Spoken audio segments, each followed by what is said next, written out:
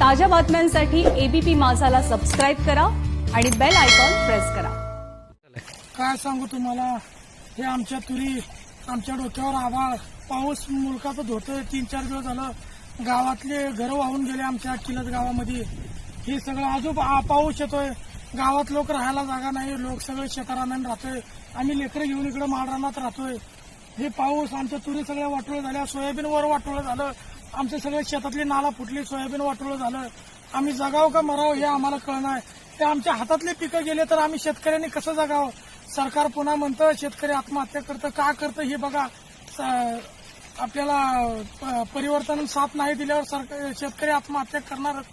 त्यांना बाकी side business नाही, हे शेती त्यांचा हा व्यवसाय, सगळं त्यातच आहे त्यांचं, बाकी काय राहिलं त्यांचं।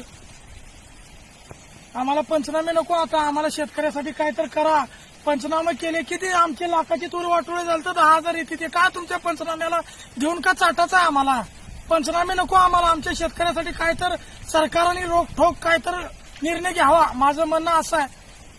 माझे एकटं सगळ्या शेतकऱ्याचं गेलेलं आहे, सगळ्या शेतकऱ्यासाठी सरकार मायबापानं काय तर करावं, एवढी माझी नम्र विनंती आहे। गेल्या 4-5 दिवसांपासून आमच्या उस्मानाबाद जिल्ह्यासह सर्व तालुक्यांमध्ये मुसळधार पाऊस कोसळतोय।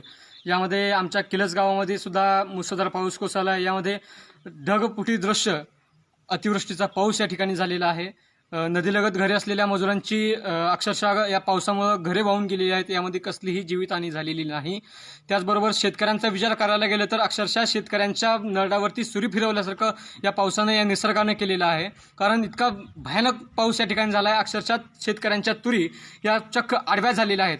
अनेक शेतकऱ्यांनी सोयाबीनची आणखी काढणी केलेली नव्हती। अशा शेतकऱ्यांच्या रानामध्ये सोयाबीन आहे की नाही अशी गत त्या ठिकाणी निर्माण झालेली आहे।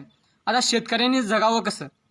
या सरकारनं फक्त पंचनामे नको, कारण त्या पंचनाम्यातून फक्त 10,000 रुपये मिळणारी जी काही मदत आहे ती, त्या मदतीतून शेतकऱ्याचं काहीच भागणार नाही।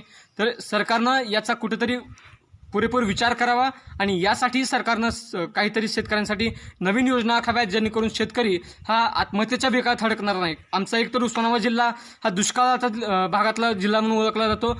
एक तर दुष्काळातील ती स्थिती आहे, आणि आता आधी कोरोना होता आणि आता ओला दुष्काळ। आता आमच्या उस्मानाबाद जिल्ह्यातल्या शेतकरीच्या वतीनं अशी विनंती होती आहे की आमच्या जिल्ह्यामध्ये ओला दुष्काळ जाहीर केला। तुम्हीच सांगा साहेब, तुम्हीच सांगा आता आम्ही जगायचं कसं? कारण शेतकऱ्याची इतकी भयानक परिस्थिती झाली आहे, आपण ते शेतकऱ्याचं दुःख मांडू शकत नाही हो, इतकी भयानक परिस्थिती झाली आहे। अक्षरशः तुरी या झोपलेल्या आहेत। साहेब कुठं तर विचार करा आणि आमच्या शेतकऱ्यांना न्याय द्या, एवढीच विनंती आहे।